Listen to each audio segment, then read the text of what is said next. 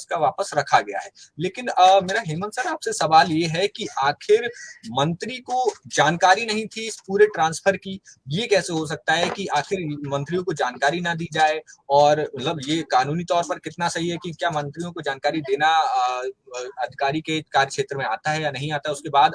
लेकिन एक अनऑफिशियल तौर पर भी मंत्री को अगर उसके विभाग में क्या चल रहा है उससे जानकारी नहीं है तो ये एक बड़ी बात होती है। हेमंत जी। मैं देखिए, माफ कीजिएगा, हम लोग बहुत बेकार सी, बहुत छोटी सी बात पर लाठी पीट रहे हैं। तो नया क्या है? क्या नया है? कुछ भी नया नहीं। हमने वो भी सरकारें देखी है जब मंत्री को पता ही नहीं तो तबादला क्या है, बड़े बड़े प्रोजेक्ट फाइनल हो गए, करोड़ों के, अरबों के, उनका एग्जीक्यूशन शुरू हो गया। बात खाली तबादलों की नहीं, तबादले अच्छे किए गए, खराब किए गए, पॉलिसी के अगेंस्ट किए गए, पॉलिसी को हवा में उड़ा के किए गए, अपनों के लिए किए गए, बेईमानी किए गए, करप्शन किए गए, कुछ अन्य लाभ हेतु किए गए। ये बात ही नहीं है। बात यह है कि स्वास्थ्य विभाग में तबादले हुए, तबादलों पर मंत्री की सहमति नहीं ली गई। अगर सहमति ली गई होती तो मंत्री ने जो प्रथम दृष्टया प्रश्न उठाए थे पत्र लिख करके, वो लिखते नहीं। मंत्री बेवकूफ तो है नहीं कि खुद ही तबादले की सहमति दे दें, अनुमोदन दे दें और खुद ही प्रश्न उठाएं।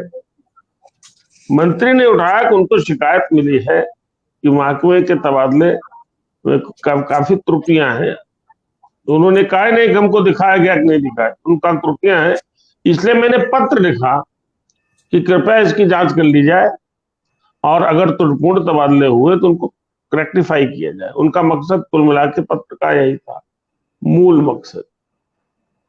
उसके पीछे क्या था आपको भी दिखाई पड़ रहा है, हमको भी दिखाई पड़ रहा है, जनता को भी दिखाई पड़ रहा है, सबको दिखाई पड़ रहा है।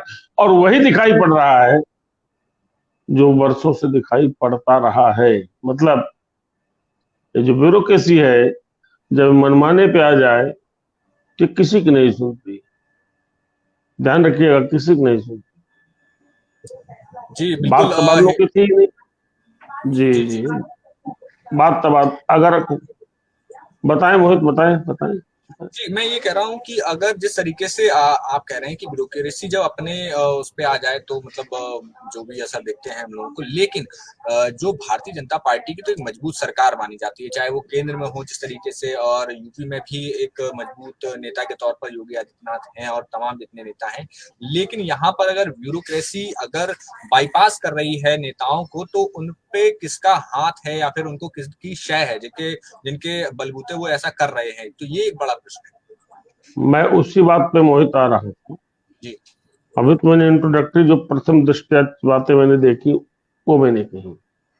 अभी तो उस सूची पर भी बकाया चीजें रह गई। हमने तो पहली बार आपके ही चैनल पर खुलासा किया था, ये जो तबादले हुए हैं इसमें दिवंगत चिकित्सक भी हैं और सेवानिवृत्त चिकित्सक भी हैं। पहली बार मैंने पॉइंट आउट किया था इस चैनल पर। मतलब इतना गलत कौन कर रहा है? दंड तो उसको मिलना चाहिए, जांच उसकी होनी चाहिए। कौन जिम्मेदार? महकमे को कौन ब्यूरोक्रेट डील कर रहा है? मंत्री से नहीं पूछा गया, मंत्री की सहमत नहीं ली गई, मंत्री का अनुमोदन नहीं लिया गया और सूची जारी हो गई, तो गलती किसने की? और उसमें भी गलतियों पर गलती किसने की? मंत्री ने किया होता तो मंत्री चिट्ठी क्यों लिखता? हम खुद आदेश दें, अनुमोदन दें, हम चिट्ठी लिखे करें, गलत हो गया है, ऐसा नहीं होता ना। तो मेरा कहने का अर्थ यही है कि ये जो ब्यूरोक्रेसी है ये मनमानी करती रही है।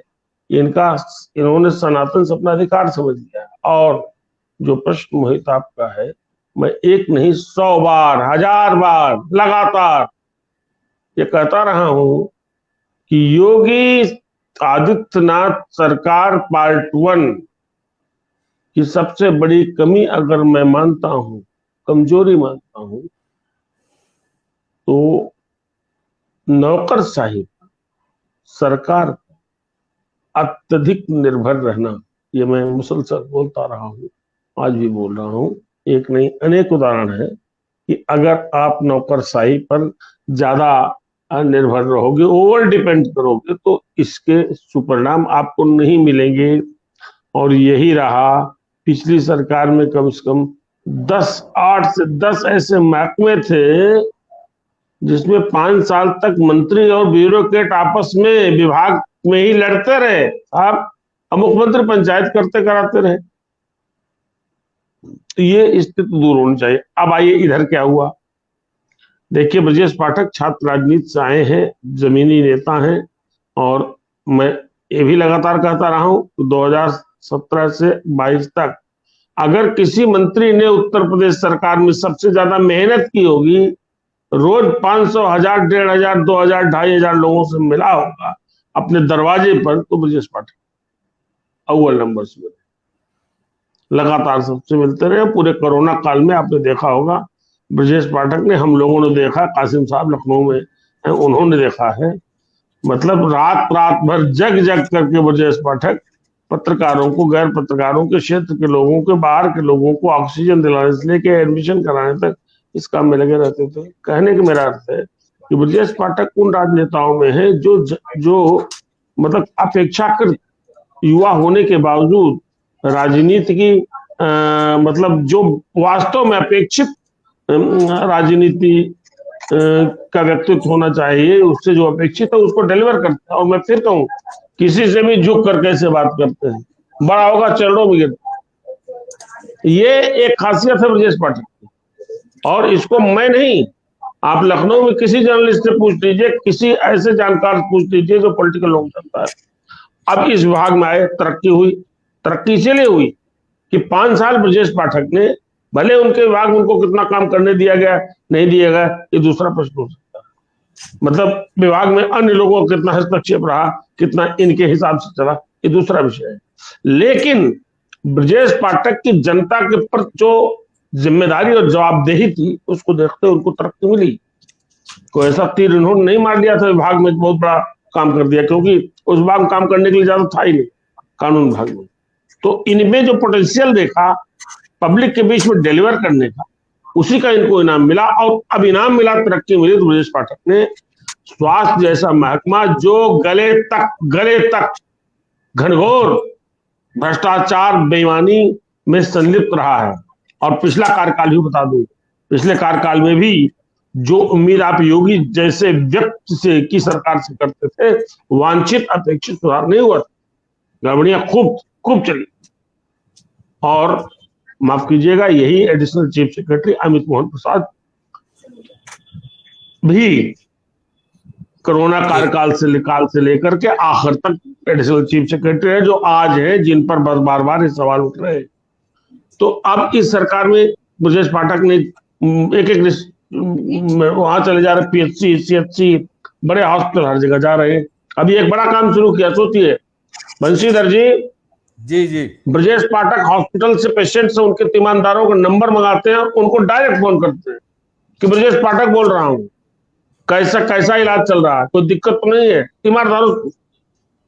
मतलब ब्रजेश पाठक ने इस नकारा जैसे कहे जाने वाले, मतलब मैं कह रहा हूं कि स्वास्थ्य विभाग को मैं मल्टी ऑर्गन फेलोर जैसी बीमारी की संज्ञा देता रहा उत्तर प्रदेश में।